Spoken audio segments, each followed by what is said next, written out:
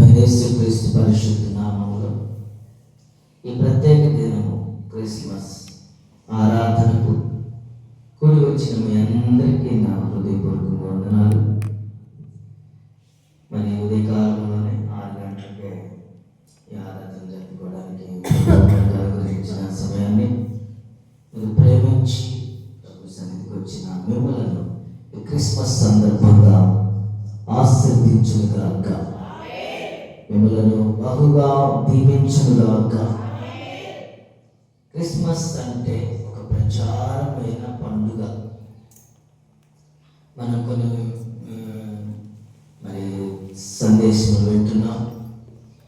ప్రతి సందేశము మనకు చాలా విలువైనది, అది మనలను స్థిరపరిచేది. క్రిస్మస్ అంటే ప్రచార పండుగ.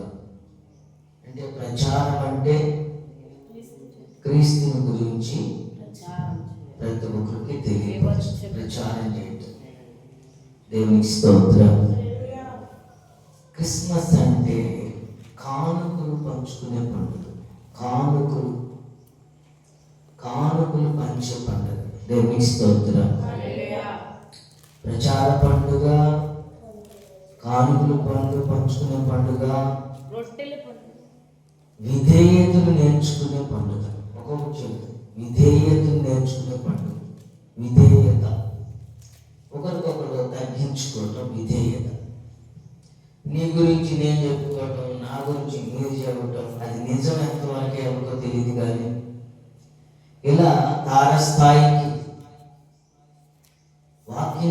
వాక్యములో ఉన్న సత్యములు, వాక్యములో ఉన్న ఇంకేమైనా నా బిడ్డలకు చెప్పాలని ఆత్మీయ తల్లిదండ్రులైన మేము సేవకులుగా మీకు మేమేం చేయాలంటే,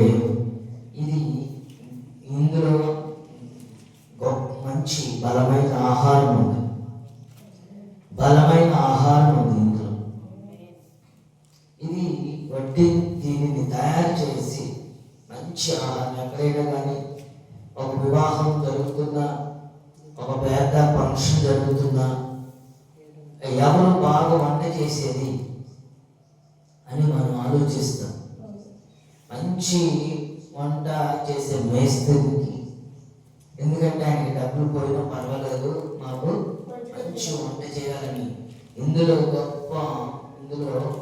కావాల్సిన అన్నీ ఉన్నాయి. వంట చేయడం దీంట్లో నుండి నేర్చుకుని మేము ఇందులో నుండి పరిశుద్ధాత్మ దేవుడి ద్వారా నేర్చుకుని, పరిశుద్ధాత్మ దేవుడు ఎలా నేర్పుతాడంటే ఆయన పాదాలు పట్టుకుని మోకరించి గోజాడి ఎప్పటికప్పుడు అసౌకర్యం పడుతూ మరి ప్రభుత్వం సంపాదించుకుని నిలబడితే, ఇందులో ఉన్న రుచికరమైన ఆహారము మీకు పెట్టడానికి సేవకులుగా మమ్మల్ని దేవుడు సిద్ధపరుస్తాడు. దేవుని స్తోత్రం. అంతేగాని ఎవరికి వచ్చి నిలబడి 4 మాటలు వచ్చినాయి వింటా ఉంటాం. 4 మాటలు చెప్పడం పెద్ద కష్టం కాదు. 4 మాటలు చెప్పినంత మాత్రాన గడిచిపోతుందిలే గంట అరగంట అని. ఇందులో ఉన్నవి బిడ్డలకి ఎప్పటికప్పుడు ఆహారం, తల్లిదండ్రులు కష్టపడి మంచి ఆహారం నా బిడ్డలు పెట్టుకోవాలని భౌతికంగా ఉన్న తల్లిదండ్రులు తన బిడ్డలకి ఎలా పెట్టుకుంటారో, సేవకులుగా మేము ప్రతి దినము మేము క్రొత్త విధానం ఏదే విధంగా మీకు ఆహారం పెట్టుకుని బలపరచుకోవాలి. మేము ఎలాగైనా దేవుని బిడ్డలకి దేవుని సన్నిధి వారసులకు చేయాలి. దేవుని స్థలమునకు, ఆ పరిశుద్ధ స్థలమునకు వారసులుగా చేయాలని మాకు ఎప్పటికప్పుడు తపనగా ఉంటుంది. మాలో ఆ తపన ఉండాలి. దేవుని స్తోత్రం కలుగుగాక. ఇది విధేయతను నేర్చుకునే పండుగ. ఒకరికొకరు విధేయత నేర్చుకోవాలి. దేవుడు మాకు ఇచ్చిన గురుతరమైన బాధ్యత, మీకు ఇచ్చిన బాధ్యత. ఒకరికొకరు మనం విధేయత నేర్చుకోవాలి.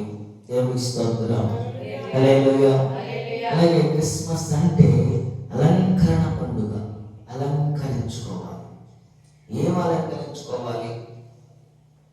పై రూపంగా నేను చెప్పేది అలంకరించుకోవటం, అలంకరణ ఏది? పరిశుద్ధాత్మ. ఇప్పుడు ఎస్తేరు ఉన్నది, షండుడైన హేగే వస్త్రం అనగా పరిశుద్ధాత్మ సాదృశ్యం. మరి ఒక సాదృశ్యం ఏంటంటే సేవకునికి సాదృశ్యం. ఆమె ఏం అలంకరించుకుంది? పరిశుద్ధమైన అలంకరణ. కొంతమంది అలంకరించుకోమంటే వివాహం అప్పుడు ఉన్నాయి, లేని ఉన్నాయి, మొత్తం తెచ్చి. ఎస్తేరు ఏ అలంకరణ? అందరూ ఆ దేశంలో కాదు, ఒక దేశం కాదు, అనేక దేశంలో ఆ స్థలమునకు రాజుగారికి భార్యను మరి వస్తీ బదులుగా రాణి చేయడానికి, రాణిగా ఏర్పరచబడడానికి ఒక దేశం కాదు. ఆ మూడు నుంచి చామలకి కూషి దేశము నుండి హిందూ దేశం వరకు, ఈ మొత్తం హిందూ దేశం అంటే మనకు కూడా వస్తుంది. అందరికి ప్రకటించబడింది. రాజు గారికి రాణి కావాలి, భార్య కావాలని ప్రకటించబడినప్పుడు ప్రతి ఒక్కరూ అక్కడికి అలంకరించుకుని వచ్చారట. నేను భార్యగా ఉండాలి, నేను రాణిగా ఉండాలని ఈ అలంకరించుకున్నారు అందరూ.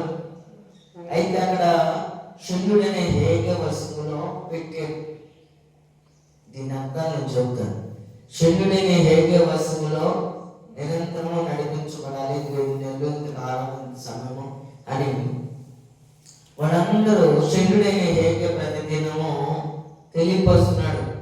ఈ అలంకరణ ధరించుకోవాలి, ఏ విధంగా ఉండాలంటే ఒక ఎస్తేర్ తప్ప, ఎక్సెప్ట్ ఎస్తేర్ తప్ప అందరూ తన సొంత అభిప్రాయాలు, సొంత నిర్ణయాలు తీసుకుని శరీరం మీద కనపడే అలంకరణ ధరించుకుని సిద్ధపడ్డారు. కానీ ఎస్తేర్ అయితే తన ప్రకారంగా సిద్ధపరచుకోకుండా షండుడైన హేగే సిద్ధపరిచిన అలంకరణ మాత్రమే సిద్ధపరచుకున్నది. దేవుని స్తోత్రం.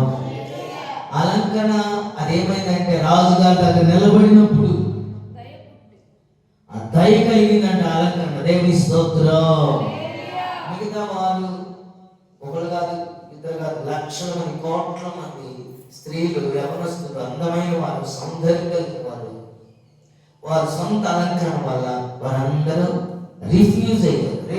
తిరస్కరించబడ్డారు. దేవుని స్తోత్రం. తిరస్కరించబడ్డారు. ఎస్తేరు మాత్రమే ఆమె దయ కలిగింది. ఆమె మాత్రమే రాణిగా సిద్ధపరచబడ్డారు. దేవుని స్తోత్రం. కాబట్టి మనము ఇదే పండుగ అలంకరణ పండుగ. దేవుని స్తోత్రం. మరి ఏంటంటే క్రిస్మస్ అనగా మారు మనస్సును కలిగించే పండుగ. దేవుని స్తోత్రం. క్రిస్మస్ అనగా మారు మనస్సును కలిగించే పండుగ. మారు మనస్సు మార్చుకోవడం. ఇంతకుముందు మనం ఎలా ఉన్నాం? ఎన్నో క్రిస్మస్ వస్తున్నాయి, పోతున్నాయి మన జీవితంలో. కానీ మనకేం కలగాలి అంటే మారు మనస్సు కలిగితే అది నిజమైన క్రిస్మస్. ఆ క్రిస్మస్ ద్వారా, క్రిస్మస్ అనగానే యేసు ప్రభు పుట్టాడు, మానవుడు దేవుడు, ఇదే ఆలోచనే. కానీ క్రిస్మస్ అనగా ప్రపంచం మానవాళి కొరకు ఆయన మన కొరకు భూలోకమునకు పంపబడ్డాడు. గ్రంథపు చుట్టలో రాయబడిన ప్రకారంగా ఈ స్థలమునకు, ఈ భూలోకమునకు ఆయన పంపబడ్డాడు. దేవుని స్తోత్రం కలుగునుగాక. హల్లెలూయా. యేసుక్రీస్తు పుట్టుకే ఒక ప్రత్యేకత. యేసుక్రీస్తు పుట్టడమే మనకు మన పాపము నుండి విడుదల పొందుతున్నాం. ఆయన లోకములకు రావడమే అప్పటి వరకు పాపములో మగ్గిపోయిన, పాపము చేసుకుంటూ దాన్ని కప్పిపెట్టుకోవడానికి చేసిన పాపాన్ని కప్పిపెట్టుకుని గొర్రెలో, మేకలో, లేకపోతే పక్షులో, వీటి ద్వారా కప్పిపెట్టుకున్నాం. పాపం చేయటం, వాటిని బలి చేసి ఆ కాస్త దానికి కప్పిపెట్టుకుంటున్నాం. దానిని తీయగలిగినవి ఏది లేదు, పాపము నుండి విడుదల చేసేది ఏది లేదు. యేసు ప్రభు వారు ఈ లోకమునకు వచ్చి ఆయన ఎన్ని సంవత్సరాలు బ్రతికాడు? ఆయన వయసు 33.5 అందులో 3.5 మాత్రమే సేవ ఆయన జరిగించి అనేక అద్భుత కార్యములు ఆశ్చర్యకార్యములు జరిగించి ఆయన ఆరోపణ వెళుతూ సంఘంలో సంఘ బాధ్యతలు అప్పగించింది. దేవుని స్తోత్రం. సంఘమే ఆయన శరీరం, సంఘమే ప్రభు శరీరం. సంఘం అంటే ఎవరు? నేను ఒక అవయవము. ప్రభు శరీరంలో నేను ఒక అవయవం, మీరు ఒక అవయవం. అవయవం అంటే పార్ట్ ఆఫ్ ద బాడీ, ఒక అవయవం. నేను ఒక చెయ్యి అనుకో, మీరు కాళ్ళు, లేకపోతే ఇంకొకరు కన్ను, ఇంకొకరు గుండె, ఇంకొకరు చెవి, ఇంకొకరు ముక్కు, అలా పార్ట్స్ లోపల ఉన్నవి బయట ఉన్నవన్నీ ప్రభు శరీరం. అప్పుడు మనం ఎలా ప్రభు శరీరము ప్రత్యేకించబడింది. అందుకనే ప్రతి నెల మొదటి ఆదివారం మనము ప్రభు శరీరాన్ని పూజిస్తున్నాం. ఎలా పూజించాలి? ప్రభు శరీరాన్ని యోగ్యముగా పూజించాలి, అయోగ్యముగా పూజించకూడదు. ఎందుకంటే ఆయన పరిశుద్ధుడు. ఆయన ఎవరు? పరిశుద్ధుడు. కాబట్టి అయోగ్యముగా మనము పూజించకూడదు. దేవుని స్తోత్రం కలుగును గాక. హల్లెలూయా. ఆయన యేసు ప్రభువారంట నీతి సూర్యుడిగా ఉదయించాడు. ఆయన రెక్కలు మనకు ఆరోగ్యాన్ని కలుగు చేస్తాయి. దేవునికి స్తోత్రం. ఆయన లోకమునకు నీతి సూర్యుడిగా ఉదయించాడు. ఆయన రెక్కలు మనకు ఆరోగ్యాన్ని కలుగు చేస్తాయి. దేవుని స్తోత్రం కలుగును గాక. ఆది కాండము నుండి మలాకి గ్రంథం వరకు ప్రవచనము యేసు ప్రభు వారి గురించి ప్రవచన వాక్యాలు రాయబడింది. ఆయన రాబోతున్నప్పుడు మరి అనేకముగా సూచనలు అనేకమైన ప్రవక్తల ద్వారా చెప్పబడినట్లుగా ఆయన మరి దేవుని యొక్క చిత్తాన్ని నెరవేర్చడానికి ఈ లోకమునకు ప్రభు వారు పంపబడ్డారు, వచ్చి ఉన్నారు. దేవుని స్తోత్రం కలుగును గాక. లోకంలో ఎలా జరుగుతుందంటే క్రిస్మస్ అనగానే డిసెంబర్ మాసం నవంబర్ 25వ తారీఖు నుంచి ప్రారంభిస్తాం. మళ్ళా డిసెంబర్ 25కి అయిపోయింది. ఈ నెలంతా క్రిస్మస్ అనే ప్రపంచం అంతా చేస్తాం. నిజమైన క్రిస్మస్ ఎప్పుడంటే మనకు మారు మనసు కలిగినప్పుడు. మారు మనసు కలిగిన దానికి మనం ఏం చేయాలంటే మారు మనసు కలిగిన మనసుతో మనము ఏం చేయాలంటే పాప క్షమాపణ నిమిత్తం ముంచుడు బాప్తిసం తీసుకోవాలి. ఎందుకంటే ఎంత మొక్కాన్ని చెప్తుంది. అనేకమైన బాప్తిసాలు ఉన్నాయి, అనేక తప్పుడు మార్గాలు ఉన్నాయి. కానీ మనకు ఒక శారీ ఉందంటే మంచి శారీ లాగానే పక్క శారీ కూడా చీర కూడా అలాగే కనపడతాయి. ముంచుడు బాప్తిసం తీసుకోవాలి. యేసు ప్రభు వారు ఇది నీతి ఎలా జరిగించుమని ఆయన మాదిరిగా ఉండి ఆయన 3.5 సంవత్సరాలు, ఆయన 33.5 సంవత్సరాల్లో 30వ ఏట బాప్తిసం తీసుకుని నీతి యావత్తు ఇలా జరిగించమని చెప్పారు. దేవుని స్తోత్రం. హల్లెలూయా, హల్లెలూయా. బాప్తిసం తీసుకున్న మారు మనసు కలిగిన మనకి బాప్తిసం తీసుకున్నాక ఆ తర్వాత పరిశుద్ధాత్మ దేవుడు మన మీద ఆయన నడిపిస్తాడు. ఎందుకంటే పరిశుద్ధాత్మ దేవుడు, ఎందుకంటే యేసు ప్రభు వారు ఆరోహణమై వెళుతూ నేను వేరొక మీకు ఆదరణకర్తను పంపిస్తాను. ఆయనే సత్యస్వరూపియకు పరిశుద్ధాత్మ దేవుడు. దేవుని స్తోత్రం. హల్లెలూయా. సత్యస్వరూపియకు ఆత్మే పరిశుద్ధాత్ముడు. దేవుని స్తోత్రం. ఇప్పుడు మనం ఎవరి ఏలుబడిలో ఉన్నాం? ఎవరి సమక్షంలో ఉన్నాం? పరిశుద్ధాత్మ దేవుడి సమక్షంలో. పాత నిబంధనలో తండ్రిగా ఉన్నాడు, క్రొత్త నిబంధనలో కుమారుడు ఉన్నారు యేసు ప్రభు వారు. ఆయన వెళ్తూ ఇప్పుడు పరిశుద్ధాత్ముడుగా మరి సిద్ధపరిచి ఇప్పుడు ఏలుబడిలో ఉన్నాం. ఈ క్రిస్మస్ రోజులలో ప్రపంచం ప్రతిరోజు మనకి యేసు ప్రభు పుట్టి ఉన్నాడు, మనందరి వరకు జన్మించాడు. ఈ 30 రోజులే కాదు, లేకపోతే ఈ కొద్ది రోజులే కాదు, లేకపోతే ఇవాళే కాదు. క్రిస్మస్ అని ఎక్కడ రాయబడలేదు. కానీ నేను మన 23వ తారీఖు చెప్పాను కదా, రాయబడి కరెక్ట్ డైరెక్ట్గా 23వ తారీఖు యేసు ప్రభు వారు డిసెంబర్ 23న పలానా చోట జన్మించడం రాయలేదు, కానీ చరిత్ర ప్రకారంగా నేను మీకు ఆధారాన్ని చూపించాను. 8 రోజులు వెనక్కి వెళ్తే ఆ విషయాలను మీకు తెలియపరిచింది. దేవుని స్తోత్రం కలుగును గాక. ఈ రోజున యేసుక్రీస్తు ఎలా పుట్టారట? పుట్టడమే ఎలా పుట్టారు? రాజుగా పుట్టారు. దేవుని స్తోత్రం.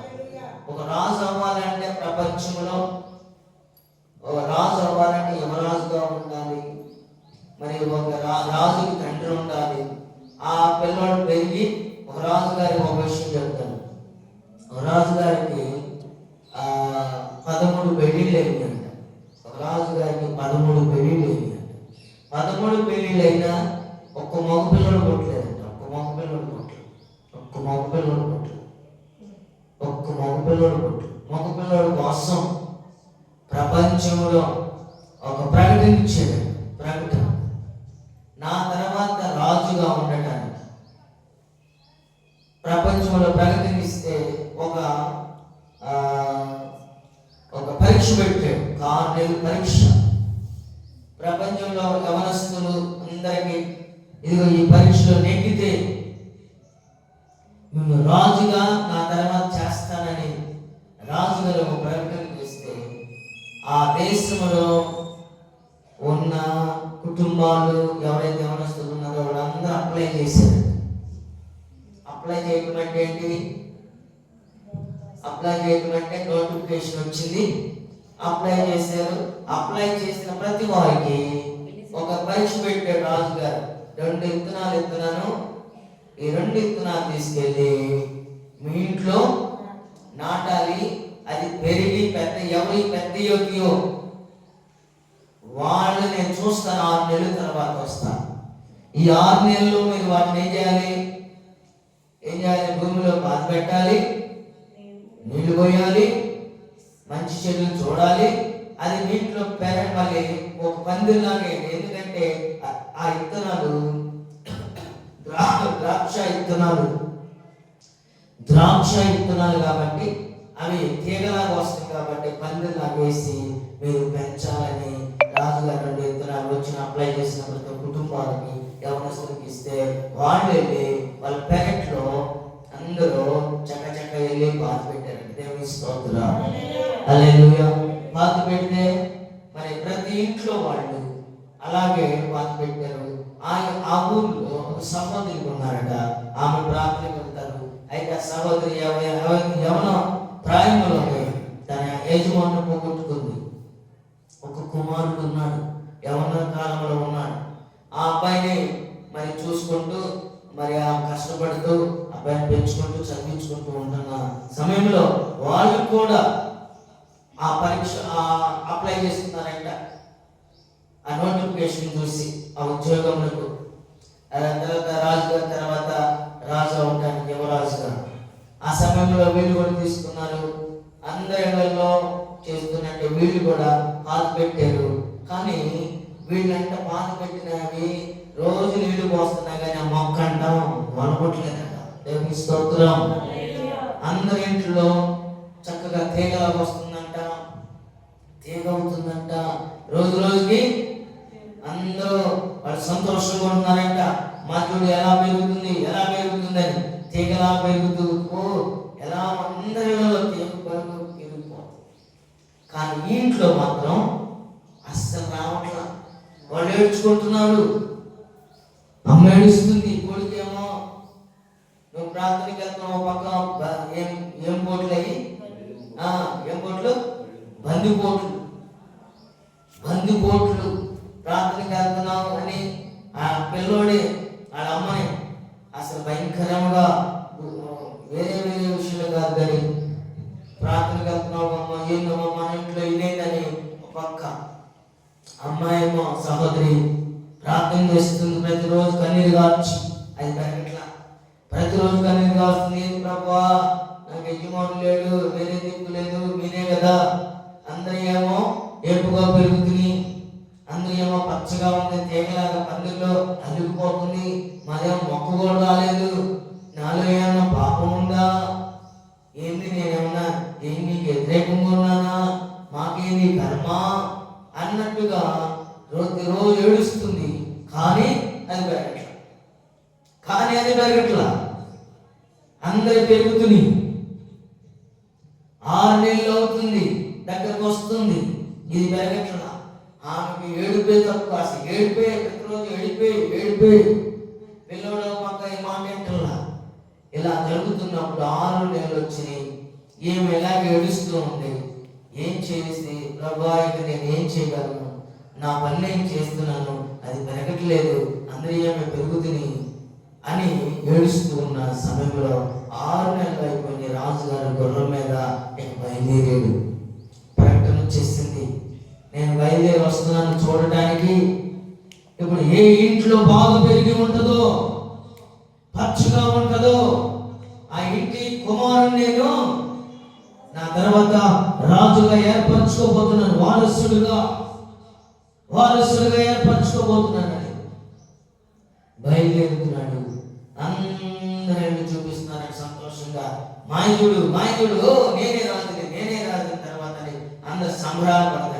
ఈ సపోర్ట్ ఏడుస్తుంది. ఇక మొత్తం చూసి ఒక పెద్ద గ్రౌండ్ తీసుకుని అక్కడ మీటింగ్ పెట్టాడట.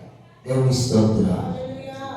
మరి మన ముఖ్యమంత్రి గారు కానీ ప్రధానమంత్రి గారు కానీ వస్తే అలా మీటింగ్ పెట్టి, ఇక నేను ఇప్పుడు రాజు గారిని ఈరోజు నేను ప్రకటించబోతున్నాను, నా తర్వాత రాజుని ప్రకటించబోతున్నానని ఆ గ్రౌండ్ లో పెట్టి కూర్చుని ఇక మీటింగ్ పెడుతుంటే అందరూ సంబరాలు పడుతున్నా. దేవుని స్తోత్రం.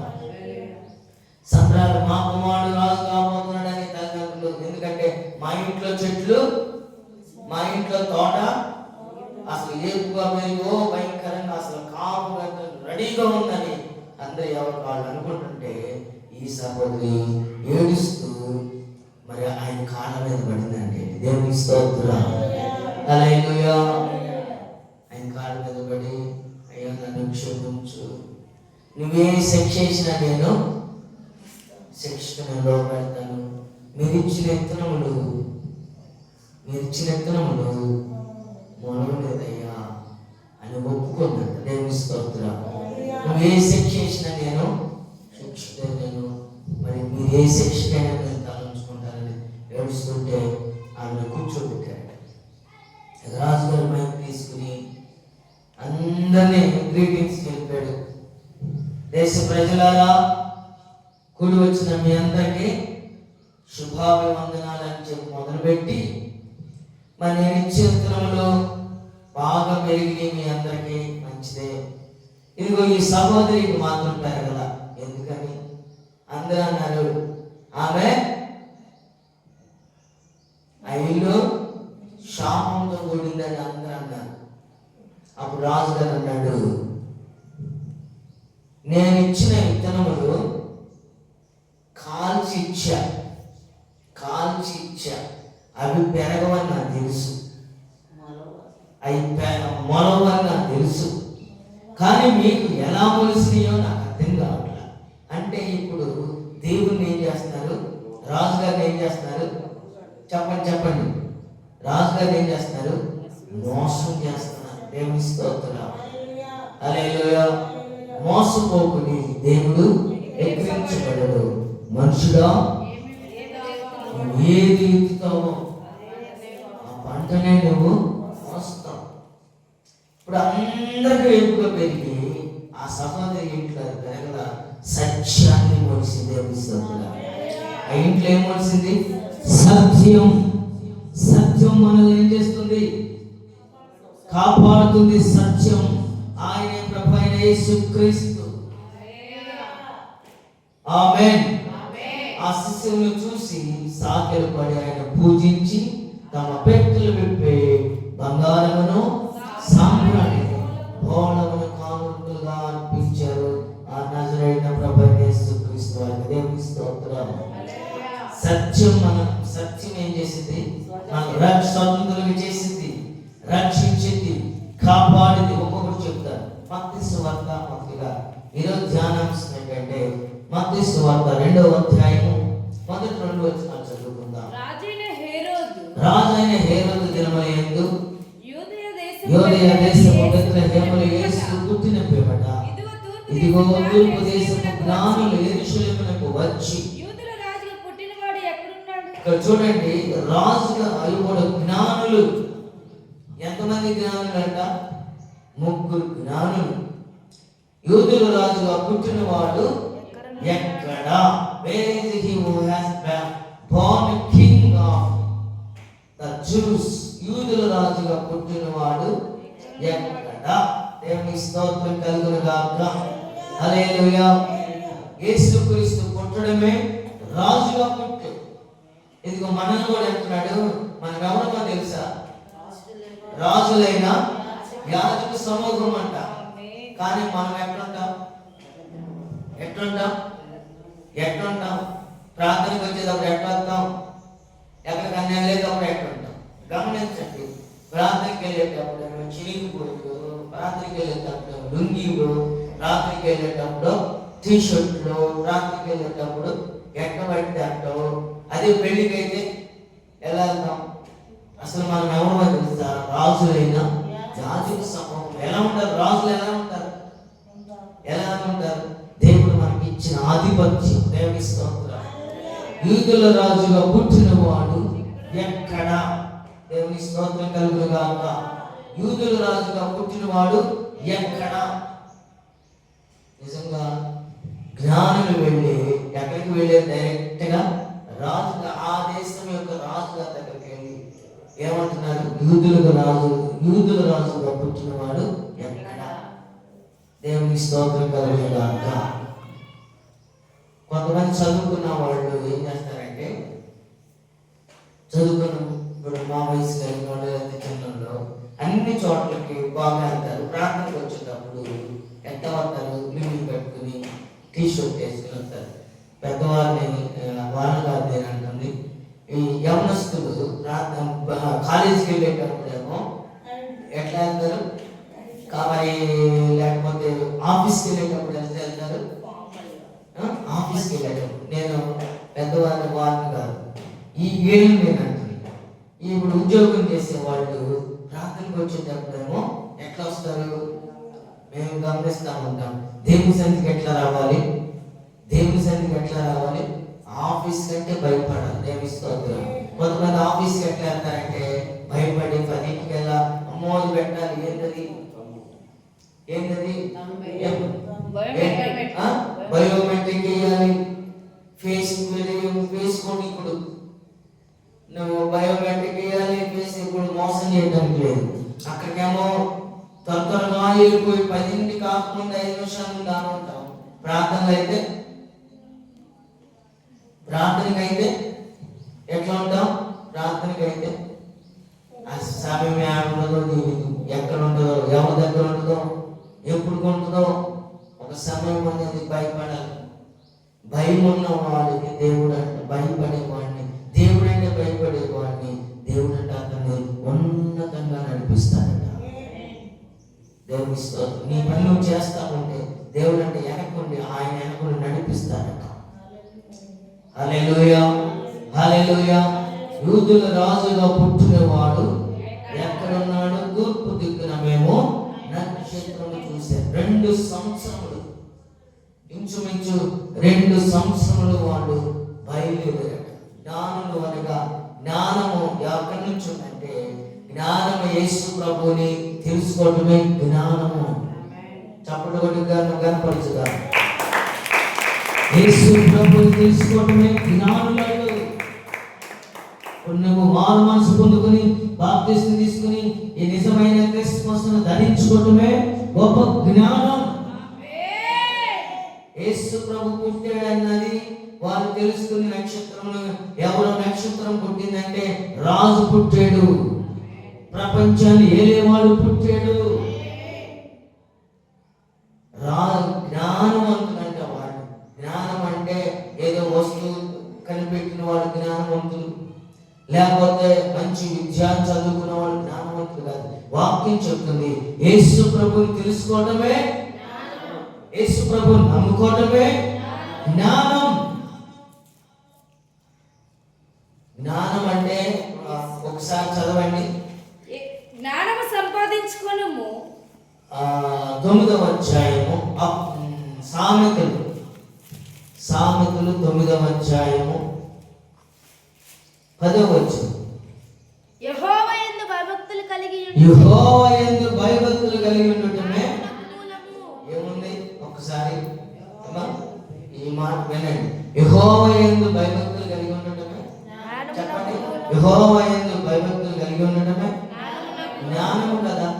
యూదుల రాజుగా పుట్టిన వాడు ఎక్కడ ఉంటుంది? ఎవరు?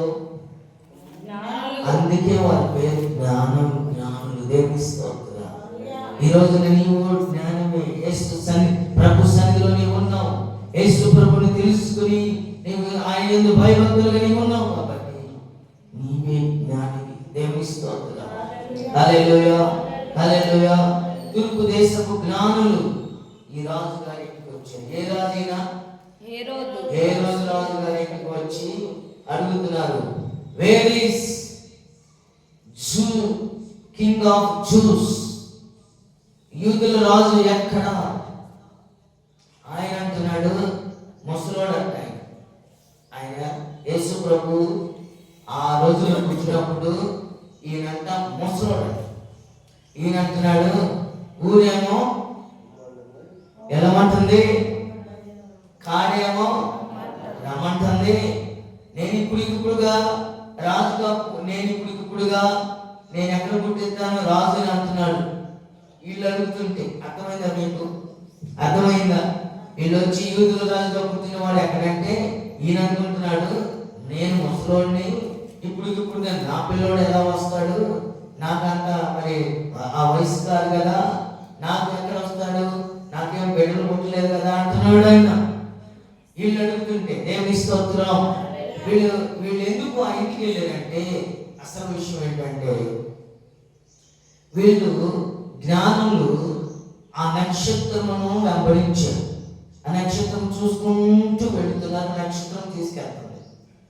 అయితే వీళ్ళంట అక్కడికి వచ్చేసరికి వాళ్ళు మనసు మారింది, వాళ్ళు చూపు మారింది. అందుకని దుష్టుల ఆలోచన చెప్పుకున్నాడు, ఒక పాపుల మార్గం నిలవక అపహాసకులు కూర్చున్న చోట దేవుని సన్నిధికి వస్తాం. ఎప్పుడైతే దుష్టుల ఆలోచన చొప్పున నడుస్తామో మన చూపు ఏమైంది? మారిపోతుంది. యేసు వైపు చూసి పేతురు గారు కూడా నేల మీద ప్రభు వైపు చూసినప్పుడు అలా నేల మీద నడిచాడు. ఎప్పుడైతే చూపు మారిందో ఏమైపోయాడు? అవిశ్వాసంలో వచ్చేసింది, మునిగిపోయాడు. మనం ఎవరు వైపు చూడాలి? ఈ జ్ఞానులు ఆ నక్షత్రం చూసినప్పుడు అది తీసుకెళ్తుంటే, నక్షత్రం అనగా మన నక్షత్రం అంటే అసలు దానియేలు గ్రంథంలో ఉంది నక్షత్రం గురించి. అసలు ఎవరు? నీతిమంతులు, యేసు ప్రభువుని నమ్ముకున్న వాళ్ళే నక్షత్రం. దేవుని స్తోత్రం. వారు ఎలా వెలుగుతారంటే 12వ అధ్యాయంలో ఉంది. దానియేలు గ్రంథం 12వ అధ్యాయంలో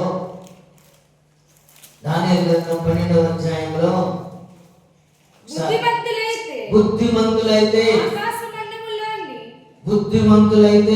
ఆకాశ మండలములోని జ్యోతులను పోలిన వారే ప్రకాశించెదరు.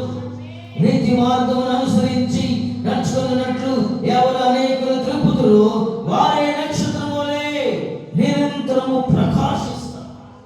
దేవుని స్తోత్రం. హల్లెలూయా. ఆ నక్షత్రం అనగా ఇప్పుడు ఎవరు? ప్రకాశం. బుద్ధిమంతులు దేనికి పోల్చబడ్డారు? నక్షత్రములకు పోల్చబడ్డారు. ఆకాశ మండలంలోని జ్యోతుల్ని పోల్చబడ్డారు. దేవుని స్తోత్రం కలుగును గాక. నీతి కొరకు, నీతి వైపు, యేసు వైపు ఎందరైతే తిరుగుతారో వారు నక్షత్రం వలె నిరంతరము ప్రకాశిస్తారు. దేవుని స్తోత్రం కలుగును గాక. హల్లెలూయా. యోహాను సువార్త ఇప్పుడు తీయండి. యోహాను సువార్త 18వ అధ్యాయము. యోహాను సువార్త 18వ అధ్యాయం 33వ వచనం చదువుకుందాం. పిలాతు తిరిగి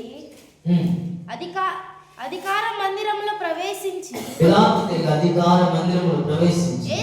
యేసును పిలిపించి యూదుల రాజు నీవేనా? చూసారు ఇక్కడ పిలాతు అడుగుతున్న గవర్నర్. పిలాతు అనగా ఈయన గవర్నర్. అక్కడ యూదుల రాజు నీవేనా అని ఆయన అడుగగా ఏమని అడిగాడు?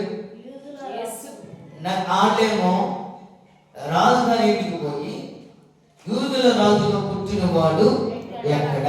ఇక్కడ పిలాతు గారు అడుగుతున్నాడు, యూదుల రాజువు నీవేనా అని అడిగినప్పుడు యేసు ప్రభు అంటున్నారు కదా, నీ అంతట నీవే ఈ మాట అనుచున్నావా, లేక ఇతరులు నీతో నన్ను గురించి ఇది చెప్పిరా? దేవుని స్తోత్రం. అసలు ఈ మర్మములు ఇది కొన్ని నిమిషాలు చెప్పేదే ఏది కాదు, కానీ ఇది గొప్ప మర్మం. ఈ సందేశాలు లక్షల మంది చెప్పినా సరే, దేవుడు ఎవరికి ఇచ్చిన సేవకులకి ఇచ్చే పరిశుద్ధాత్మ దేవుడు ఒక్కొక్కరికి ఒక్కొక్క తలంతు ఇందులో నుంచి ఒక్కొక్క కోణంలో చెప్తూ ఉంటారు. ఒక్కొక్కరికి దేవుడు ఇచ్చిన తలంతు, దేవుడు మనకి ఇప్పుడు నాకు ఇచ్చిన కోణం పరిశుద్ధాత్మ దేవుడు నన్ను నడిపించింది. ఒక్కొక్కరు ఒక్కొక్క విధంగా నడిపిస్తూ ఉంటాడు. మరి ఇది చెప్పాను కదా, ఈ బైబిల్ గ్రంథము ఇది గొప్ప, ఇది మంచి బిర్యానీ. వండటం చేద్దాం, వండటం చేద్దాం. ఇక్కడ అన్నీ ఉన్నాయి. నూనె తక్కువ ఉంటుందా? నూనె ఉంటుంది, దినుసులు ఉంటాయి, పలావు ఇవి ఉంటాయి, ఏమంటారు గరం మసాలా, ఆ మసాలా, ఏ మసాలా, పలావు, ఇంకా ఆ పేర్లు నాకు తెలియదు, కానీ అన్నీ ఉన్నాయి, అన్నీ ఉన్నాయి. వండటం చేత అయితే మీరు మంచిగా తింటారు. దేవుని స్తోత్రం. తప్పని కనపరచుదా? వండటం చేత అయితే వండేది ఎవరు? నీవే వండాల్సింది. అన్ని పరిశుద్ధాత్మ దేవుడు అప్పగిస్తాడు. వండటం ఎలా వండాలి, ఎక్కడ నేర్చుకోవాలి? ఇది పరిశుద్ధాత్మ దేవుని దగ్గర పాదాల దగ్గర నేర్చుకోవాలి. ఆయన దగ్గర ఎంతసేపు ఉంటే అంతగా వండుతాం. దేవుని స్తోత్రం. ఆయన పాదాల దగ్గర ఎంత కనిపెట్టుకుని ఉంటామో ఇక్కడ అంతగా వండబడదు. అంటే మీకు రుచికరమైన ఆహారం అదే వేస్తే ఒక రోజు ఉప్పు పెడతాడు. గుంటూరులో ఏం బిర్యానీ అది? సుబాని బిర్యానీ, సుబాని ఫేమస్. అక్కడ నేను చాలాసార్లు వెళ్ళాను. ఆయన చనిపోయాడు మన ఫస్ట్ కరోనాలో, ఫస్ట్ వేలో చనిపోయాడు. మొదట 11 గంటలు కాకముందే మటన్ బిర్యానీ దిగింది.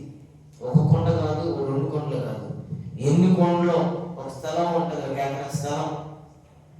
ఆడ కొన్ని కట్లు పెట్టి వండుతారు. మొదటి కొండ రాగానే మొదటి బిర్యానీ తీసి వాళ్ళు భారీగా ఓపెన్ చేయాలి. అంటే మొదట ఏమంటారు దాన్ని అమ్మా? మొదటిగా బోని చేయిస్తాం. మొదటిది నేను వెళ్ళినప్పుడు 300, ఫస్ట్ 300 ఆమె చేతితో డబ్బులు ఊరకనే తీసుకోదు, భార్య 300 తీసి ఆయనకి ఇస్తే మొదటిదా ఎవరికి ఇవ్వడం. మొదటిది నువ్వు రుష్టమైనా సరే నిలబడాల్సిందే. మొదటిది ఆమె తీసుకుని ఆమె లోపలికి వెళ్ళి పెట్టుకుని తిన్నాక అప్పుడు అమ్ముతారు. రోజుకి ఎన్ని అమ్ముతారో లెక్క ఉండదు, అంత ఫేమస్. ఒక్కొక్క రోజు అదే మేస్త్రి ఒక్కొక్క రోజు చెడగొట్టేస్తారు. కానీ అది ఆ మేస్త్రిని ఎక్కడ ఉంది, ఆ వంట మేస్త్రి వేరే చోట చేయలేదు. ఆయన ఎంత ఇస్తారు కానీ వేరే చోట చేయలేదు. మీకు పరిశుద్ధాత్మ సేవకులు, అది సుమియోను సేవకులు లాంటి సేవకులు దేవుడు మీకు ఇచ్చారు. దేవుడు పరిశుద్ధాత్మ దేవుని దగ్గర మరి ఈ విషయాలన్నీ సంపాదించుకొని మీకు మంచి విషయాలు ఎప్పటికప్పుడు క్రొత్త విషయాలు వస్తున్నాయంటే ప్రభు మీరు ఎంత అదృష్టవంతులు. దేవుని స్తోత్రం. హల్లెలూయా, హల్లెలూయా. 37వ వచనం చదవండి. అందుకు పిలాతు నీవు రాజు అని ఆయనను అడుగా యేసు అంటున్నాడు, నీవన్నట్టు నేను రాజునే. హల్లెలూయా. నీవన్నట్టే ప్రభువారు యేసు ప్రభుని ఒప్పుకోకపోయినా ఆయన రాజు, రాజులకు రాజు, ప్రభులకు ప్రభు. ఆయన సత్యము గురించి సాక్ష్యం ఇచ్చుటకు ఆయన పుట్టాడు. కింద రాసి సత్యమును గురించి సాక్ష్యం ఇచ్చుటకు నేను పుట్టి తిని ఇందు నిమిత్తమై ఈ లోకమునకు వచ్చి తిని. చప్పట్లు కొట్టి ప్రభుని గారి పరిచయం. హల్లెలూయా. ఆయన ఎందుకు పుట్టాడంట? ఎందుకు పుట్టాడు? సత్యముల గురించి సాక్ష్యం చెప్పి నేను పుట్టి తిని ఇందు నిమిత్తమై ఈ లోకమునకు వచ్చి. అంటే సత్యము లేదు. సత్యమేమో సంత వీధుల్లో సత్యం ఏం చేస్తుందంట? స్వతంత్రులుగా చేసేది సంత వీధుల్లో ఏం చేస్తుందంట? సంత వీధుల్లో ఉండిపోతుంది. కొంతమంది సంత వీధుల్లో ఏం కోరుకుంటారు? పేటలు కోరుకుంటారు. దేవుని స్తోత్రం. నేనే మార్గమును, నేనే జీవమును, నేనే సత్యము. సత్యం మాట్లాడుతుంది, సత్యం రక్షిస్తుంది, సత్యం పరిశుద్ధపరుస్తుంది. దేవుని స్తోత్రం. హల్లెలూయా. 32వ వచనం చదువుదాం ఒకసారి. 32. యూదులు ఎవరికి మరణ శిక్ష విధించుటకు మాకు అధికారం లేదని అతనితో చెప్పి, అందువలన యేసు తాను ఎట్టి మరణం పొందబోవును దానిని సూచించి చెప్పిన మాట దేవునికి స్తోత్రం కలుగును గాక. హల్లెలూయా, హల్లెలూయా, హల్లెలూయా. యోహాను సువార్త 8వ అధ్యాయం 32వ వచనం చదువుకుందాం. అప్పుడు సత్యము అది ఆ మాట చెప్పబోయి 8వ అధ్యాయం 32వ వచనం చదువుకున్నాం. ఇప్పుడు చదువుదాం. అప్పుడు సత్యము మిమ్మల్ని స్వతంత్రులుగా చేయనని చెప్పాలి. అప్పుడంటే ఎప్పుడు? 31వ వచనం చదువుదాం. కాబట్టి యేసు తనను నమ్మిన యూదులతో, మీరు నా వాక్యమందు నిలిచిన వారైతే, మనమంటే ఆయన వాక్యమందు నిలిచిన వారమైతే అప్పుడు సత్యం మిమ్మల్ని స్వతంత్రులుగా చేసి. దేవుని స్తోత్రం. ఎప్పుడు? అప్పుడంటే ఎప్పుడు? ఎప్పుడు ఆయన వాక్యమును ఆయన వాక్యమందు నిలిచిన వారుగా ఉండాలి. వాక్యం మీద నిలుస్తున్నామా? వాక్యం మీద నిలుస్తామా? దేవుని భయం అంటే చాలా మంది తక్కువ. సాతాను భయం అయితే, దెయ్యం భయం అయితే, దెయ్యం ఎదురవుతారా? ఒక ఆయన అంట, నాకు దెయ్యం అంటే భయమే లేదు అన్నాడు. దెయ్యం అంటే భయమే లేదు. వాళ్ళ ఊరు బయట సామాన్లు ఉన్నాయి అక్కడ రోడ్డు పక్కన. 12 గంటలప్పుడు వస్తున్నాడు. పగలంతా ఏమన్నాడు? నాకు అసలు సాతాన్ అంటే భయమే లేదు. సాతాన్ అంటే భయమే లేదు, నాకు భయమే లేదు, రమ్మను చూసుకుంటా అని పగలు కొట్టాడు. ఆ పగలు ఊరు వెళ్ళాడు. ఆ ఊరు బస్సు లేట్ అయింది, 12 అయింది. వస్తున్నాడు. ఆడ రాగానే అక్కడ ఎవరో సమాధిలో ఉన్నారు. ఎందుకున్నారో తెలియదు. అక్కడంట కదులుతున్నారంట. చూడు అక్కడ కదులుతున్నారు. ఈయనకి ఆ రాగానే ఎట్టనిపిస్తుంది, వచ్చేసింది. ఈ ఇంటికి వచ్చి గుండె అంతా కొట్టుకుంటుందంట. 14 మోసం చెప్పిందంట. దేవుని స్తోత్రం. సాతాను ఏం చేసింది? యేసు ప్రభు అంటే ఈ రోజు భయం లేకుండా, దేవుని సన్నిధి అంటే భయం లేకుండా, ఎప్పుడు దేవుని వాక్యమందు నిలిచిన వారైతే అప్పుడు సత్యం మిమ్మల్ని స్వతంత్రులుగా చేసింది. దేవుని స్తోత్రం కలుగును గాక. హల్లెలూయా, హల్లెలూయా. అసలు నేను వాక్యంలోకి వెళ్ళాలి, ఇంకా టైం అయిపోతుంది. నేను ముగించేస్తాను. ఒకసారి సంఖ్యాకాండం 24వ అధ్యాయము 17వ వచనం చదువుకుందాం. సంఖ్యాకాండం 24వ అధ్యాయం 17వ వచనం. ఆయనను చూచుచున్నాను గాని ప్రస్తుతమునున్నట్టు కాదు, ఆయనను చూచుచున్నాను గాని సమీపమునున్నట్టు కాదు. నక్షత్రము యాకోబులో ఉదయించు, రాజదండము ఇశ్రాయేలులో లేచును. దేవుని స్తోత్రం. ఇశ్రాయేలు నుండి లేచును. అది మోయాబు ప్రమాణాన్ని జ్ఞానులంట 2 సంవత్సరాల నుండి బయలుదేరి అది చూడడానికి 2 సంవత్సరాలు వాళ్ళు పోరాటం చేశారు. దేవుని స్తోత్రం. యేసు ప్రభుని కలవడానికి 2 సంవత్సరాల కానికి మార్గం పట్టిందంట. దేవుని స్తోత్రం కలుగుగాక. హల్లెలూయా. యేసుక్రీస్తు అరుణోదయ కాంతి వలె ఈ లోకంలోకి ఉదయించుకున్నాడు. మరి ఈ క్రిస్మస్ అంటే మొదలుగా చెప్పుకున్నాం, మన కుటుంబాల దేవుడు, మన కుటుంబంలో క్రిస్మస్ ఉండాలి. క్రిస్మస్ అంటే క్రీస్తును ఆరాధన ఉండాలి, ఒక్కొక్కరిలో ఉండాలి.